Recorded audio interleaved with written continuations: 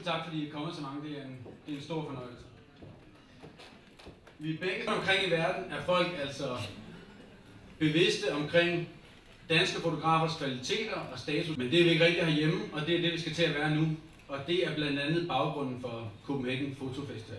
The view of this conference and this happening of what happens here in Copenhagen is that we have photos all over the city now, on the walls, in the streets, in the parks, not only inside the galleries. So in this way the photos come out to the public.